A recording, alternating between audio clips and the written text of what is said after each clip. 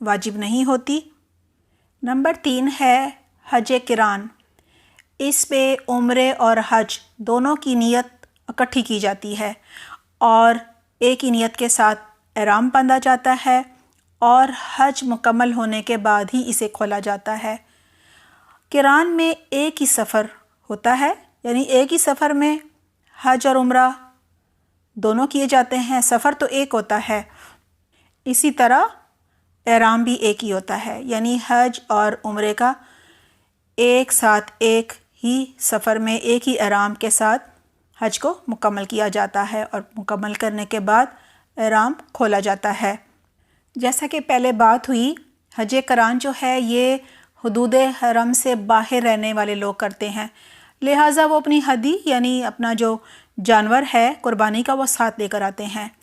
لیکن آج کل ایک کوپن کا سسٹم بھی ہے کہ اپنے ہی ملک سے آپ پیسے دے دیں اور وہ کوپن جو ہے وہ خرید لیں، تو پھر آپ حج قران بھی کر سکتے ہیں۔ قران جو ہے یہ قرین سے ہے۔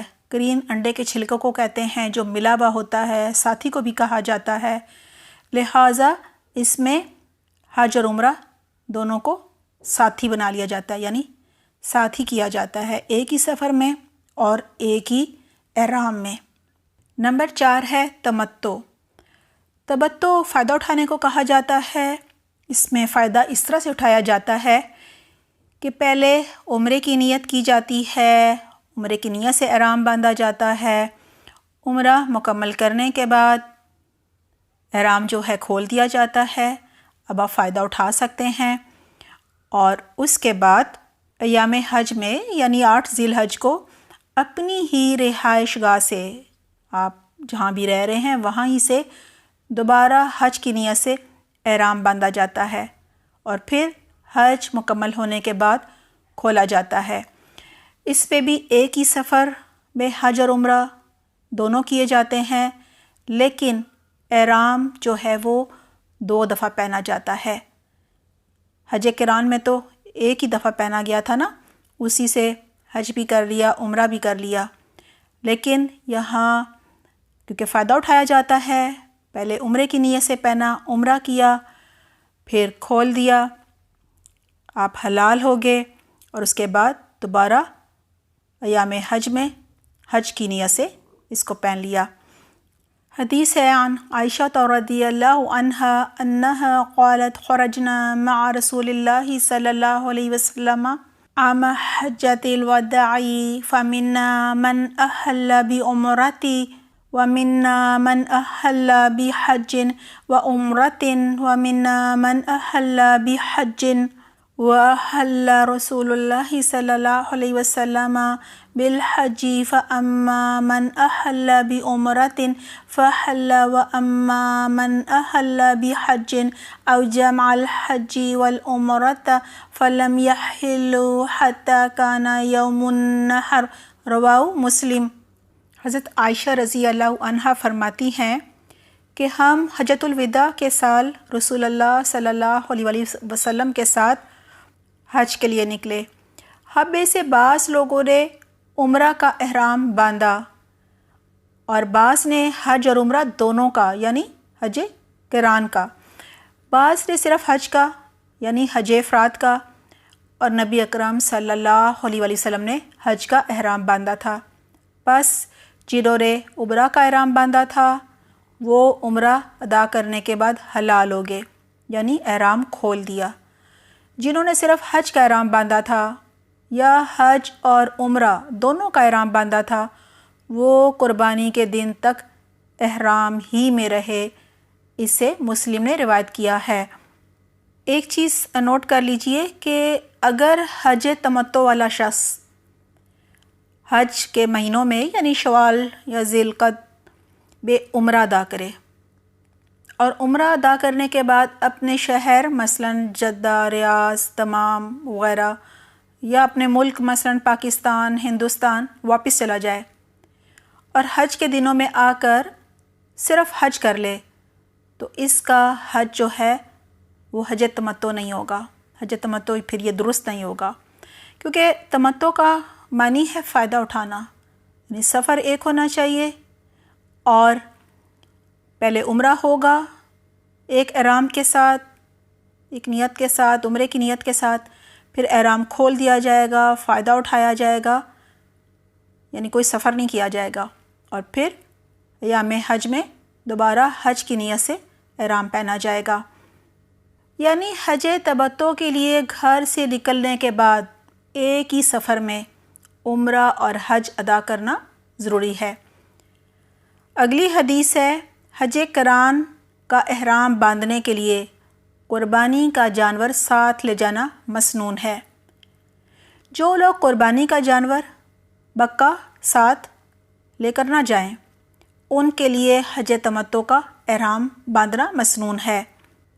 عن اسماء بنت ابی بکر رضی اللہ عنہ قالت خرجنا مع رسول اللہ صلی اللہ علیہ وسلم محرمین فقال النبی صلی اللہ علیہ وسلم من كان معه هدي فليقم على إحرامه ومن لم يكن معه هدي فليحلل قالت فلم يكن معي هدي فأحللت وكان مع الزبير هدي فلم يحل رواه ابن ماجہ۔ حضرت اسماء بنت ابی بکر رضی اللہ عنہا فرماتی ہیں کہ ہم حالت احرام میں نبی اکرم صلی اللہ علیہ وسلم کے ساتھ حج کے لیے نکلے۔ نبی اکرم صلی اللہ علیہ وسلم نے فرمایا، جس کے ساتھ قربانی کا جانور ہے وہ عمرہ ادا کرنے کے بعد احرام ہی میں رہے، اور جس کے ساتھ قربانی کا جانور نہیں ہے وہ احرام اتار دے، یعنی احرام کھول دے۔ حضرت اسماء رضی اللہ عنہا فرماتی ہیں، میرے ساتھ قربانی کا جانور نہیں تھا، لہٰذا میں نے احرام کھول دیا، یعنی عمرہ کرنے کے بعد۔ حضرت زبیر رضی اللہ عنہ جو حضرت اسماء رضی اللہ عنہا کے شوہر تھے، ان کے ساتھ قربانی کا جانور تھا، اس لیے وہ احرام ہی میں رہے۔ اسے ابن ماجہ نے روایت کیا ہے۔ عن جابر رضی اللہ عنہ ان النبی صلی اللہ علیہ وسلم ساق ہدیا فی حجہ رواه النسائی۔ حضرت جابر رضی اللہ عنہ سے روایت ہے کہ نبی اکرم صلی اللہ علیہ وسلم حج میں اپنی قربانی مدینہ سے ساتھ لے کر گئے تھے، اسے نسائی نے روایت کیا ہے۔ ایک اور چیز نوٹ کر لیجئے، سعودی عرب کے مختلف شہروں میں حج سے ایک ہفتہ پہلے یا 10 دن پہلے قربانی کے لیے فروخت کیے جانے والے جو جانور ہوتے ہیں ان کے کوپن ملتے ہیں۔ اگر کوئی اپنے ملک یا اپنے شہر سے خرید کر مکہ کا سفر جو ہے وہ شروع کرے تو وہ قربانی کا بدل کوپن جو ہے بن سکتا ہے، اور اس طرح حاجی جو ہے وہ حج قران کا احرام باندھ سکتا ہے۔ اگلی حدیث ہے، نبی اکرم صلی اللہ علیہ وسلم نے حج قران کا احرام باندھا تھا۔ عن ابن عباس رضی اللہ عنہما قال اخبرنی ابو طلحہ رضی اللہ عنہ ان رسول اللہ صلی اللہ علیہ وسلم قرن الحج والعمرۃ رواه ابن ماجہ۔ حضرت ابن عباس رضی اللہ عنہما نے کہا کہ مجھے حضرت طلحہ رضی اللہ عنہ نے بتایا کہ رسول اللہ صلی اللہ علیہ وسلم نے حج اور عمرہ ملا کر ادا کیے، اسے ابن ماجہ نے روایت کیا ہے۔ اگلی حدیث ہے، عن انس رضی اللہ عنہ قال سمعت النبی صلی اللہ علیہ وسلم یقول لبیک عمرۃ وحجۃ رواه ترمذی۔ حضرت انس رضی اللہ عنہ سے روایت ہے کہ میں نے نبی اکرم صلی اللہ علیہ وسلم کو یہ فرماتے ہوئے سنا ہے کہ میں عمرے اور حج کے لیے حاضر ہوں، اسے ترمذی نے روایت کیا ہے۔ یہاں پہ نیت کرنے کا بتایا جا رہا ہے۔ اگر کوئی صرف عمرہ کرنے جائے گا تو وہ کہے گا لبیک بعمرۃ، اور اگر کوئی صرف حج کرنے جائے گا تو کہے گا لبیک وحجۃ، لبیک حجۃ، اور اگر کوئی عمرہ اور حج دونوں کرے گا تو اس کی نیت ہوگی لبیک بعمرۃ وحجۃ۔ اور اگر کسی نے فرض کریں کسی علی کے لیے عمرہ کرنا ہے تو وہ کہے گا لبیک بعمرۃ عن علی، اور اگر حج کرنا ہے تو پھر اس کا کہہ دے گا۔ اگلی حدیث ہے، جو حاجی قربانی کا جانور اپنی رہائش گاہ سے مکہ لے جائے، وہ صرف حج قران ہی ادا کر سکتا ہے، یعنی ایک ہی سفر میں ایک ہی احرام میں حج اور عمرہ دونوں کرنے ہوں گے۔ اگلی حدیث ہے حج تمتع کا احرام باندھنا افضل ہے۔ عن عائشہ رضی اللہ عنہا انہا قالت قدم رسول اللہ صلی اللہ علیہ وسلم ل4 مدین من ذی الحجۃ او 5 فدخل علی وهو غضبان فقلت من اغضبک یا رسول اللہ صلی اللہ علیہ وسلم ادخلہ اللہ النار قال اوما شعرتی انی امرت الناس بامر فاذا هم یترددون قال الحکم کأنہم یترددون احسب ولو انی استقبلت من امری ما استدبرت ما سقت الہدی معی حتی اشتریہ ثم احل کما حل، رواہ مسلم۔ حضرت عائشہ رضی اللہ عنہا فرماتی ہیں کہ رسول اللہ صلی اللہ علیہ وسلم ذی الحج کی 4 یا 5 تاریخ کو مکہ پہنچے اور غصے کی حالت میں میرے پاس تشریف لائے۔ میں نے عرض کیا، یا رسول اللہ صلی اللہ علیہ وسلم، اللہ اس کو آگ میں ڈالے جس نے آپ کو غصہ دلایا۔ رسول اللہ صلی اللہ علیہ وسلم نے ارشاد فرمایا، تمہیں علم نہیں کہ میں نے لوگوں کو ایک بات کا حکم دیا ہے اور وہ اس کی تعمیل میں تردد کر رہے ہیں۔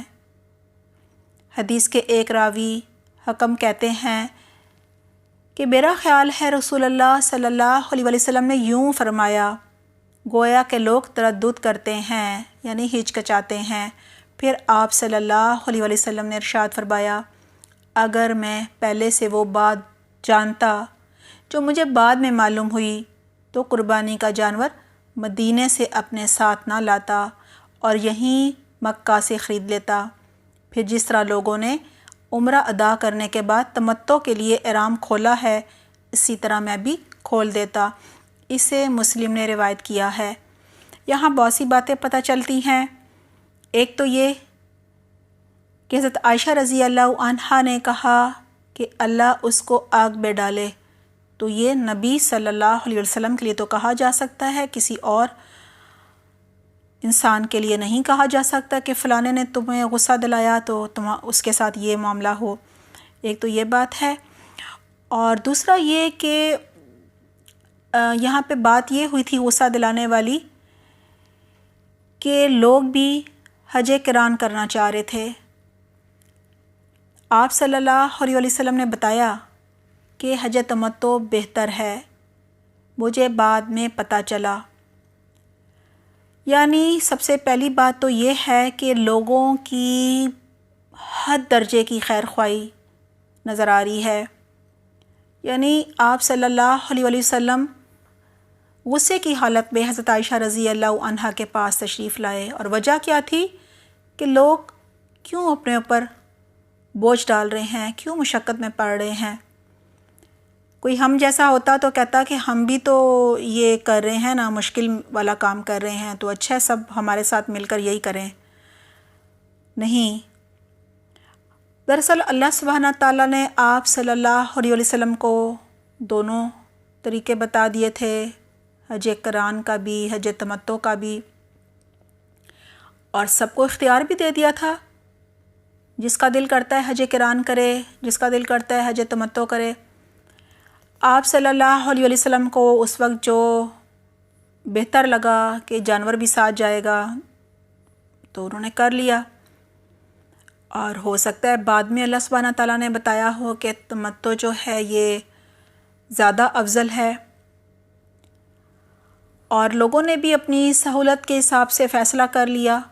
لگتا ہے سب کو پہلے معلوم نہیں تھا کہ آپ صلی اللہ علیہ وسلم کیا فیصلہ کریں گے، لہٰذا اتنی جلدی دھیان بھی ہر ایک کا نہیں جاتا ہر طرف نا۔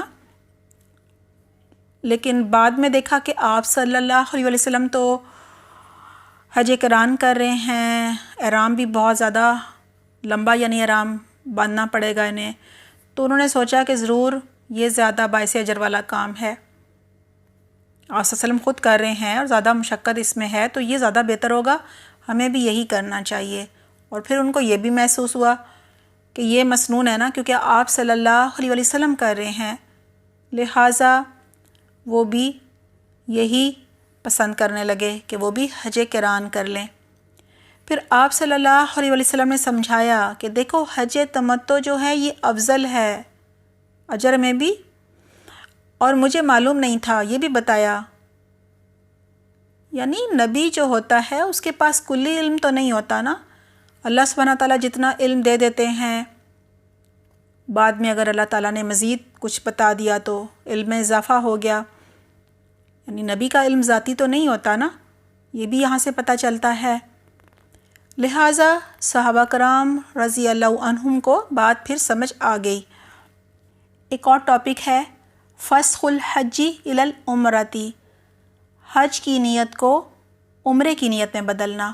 آئیے دیکھتے ہیں کیا ایسا کیا جا سکتا ہے۔ بکاس سے حج افراد یا حج قران کی نیت سے احرام باندھنے والا شخص مکہ مکرمہ پہنچنے سے پہلے یا مکہ مکرمہ پہنچنے کے بعد حج تمتع کرنا چاہے تو اپنی نیت بدل سکتا ہے اور حج کے احرام کو عمرے کے احرام میں تبدیل کر سکتا ہے۔ یہاں یہی بتایا جا رہا ہے کہ میقات سے، یعنی کہ میقات پہ پہنچ کے کوئی نیت کسی نے کی تھی پہلے حج افراد کی یا حج قران کی، اب اس نے جو نیت ہے وہ بدل لی، حالانکہ احرام پہنا ہوا تھا، پہلے نیت کچھ اور تھی، اور یہ نیت کب کرے گا؟ مکہ پہنچنے سے پہلے یا مکہ پہنچنے کے بعد، کبھی بھی کی جا سکتی ہے۔ اب جب اس نے نیت کر لی کہ نہیں میں حج تمتع کروں گا، تو ظاہر ہے پہلے کیا کرنا ہے اس کو؟ اب پہلے عمرہ کرنا ہے، تو اپنی نیت جب بدلی اس نے، تو احرام تو حج کی نیت سے پہنا ہوا تھا، اب اس کو صرف عمرے کی نیت میں بدل سکتا ہے تاکہ عمرہ کرنے کے بعد اسے کھول سکے۔ اب حج کی نیت ساتھ نہیں ہوگی، صرف عمرے کی ہوگی۔ حج کی نیت کو عمرے کی نیت میں کب نہیں بدل سکتے؟ اگلی حدیث دیکھتے ہیں۔ اگر حج قران ادا کرنے والا شخص اپنے ساتھ قربانی کا جانور مکہ مکرمہ لے آیا ہے تو وہ حج کی نیت عمرے میں تبدیل نہیں کر سکتا۔ عن جابر بن عبد اللہ رضی اللہ عنہما قال قدمنا مع رسول اللہ صلی اللہ علیہ وسلم محلین بالحج فامرنا رسول اللہ صلی اللہ علیہ وسلم ان نجعلها عمرة ونحل قال وكان معه الهدي فلم يستطع ان يجعلها عمرة رواه مسلم۔ حضرت جابر بن عبداللہ رضی اللہ عنہ سے روایت ہے کہ ہم رسول اللہ صلی اللہ علیہ وسلم کے ساتھ حج کی لبیک پکارتے ہوئے مکہ مکرمہ آئے۔